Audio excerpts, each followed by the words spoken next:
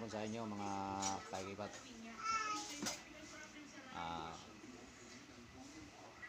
Yung dating account ko wala na yon dahil nakaw yung cellphone ko.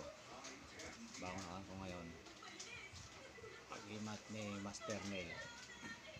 Kaya abangan nyo lang yung mga papakita ko, yung mga video ng mga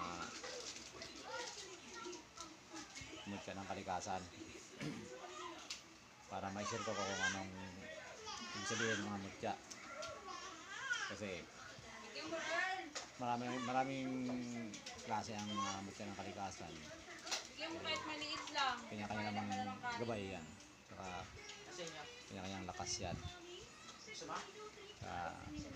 Papaliwanan ko rin yung mga tungkol sa mga agimat, anting-anting. Kasi mga kagimat, ang anting-anting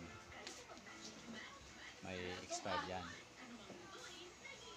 Hindi yung porket nabigyan ka ng anting-anting ay tatalab na sa'yo. Depende yun kung tatalab sa'yo, kasi lahat ng mga anting-anting may mga dasal yan, negosyon, at saka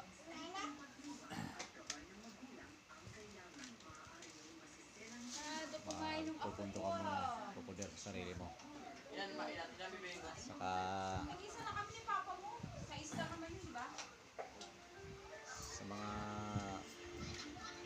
orasyon malupit na orasyon, kailangan mong gampanan, kailangan mong pagdebosyonan yun para madaling gumana sa'yo. Oy! Huwag lalabas. Kaya mga kagimat,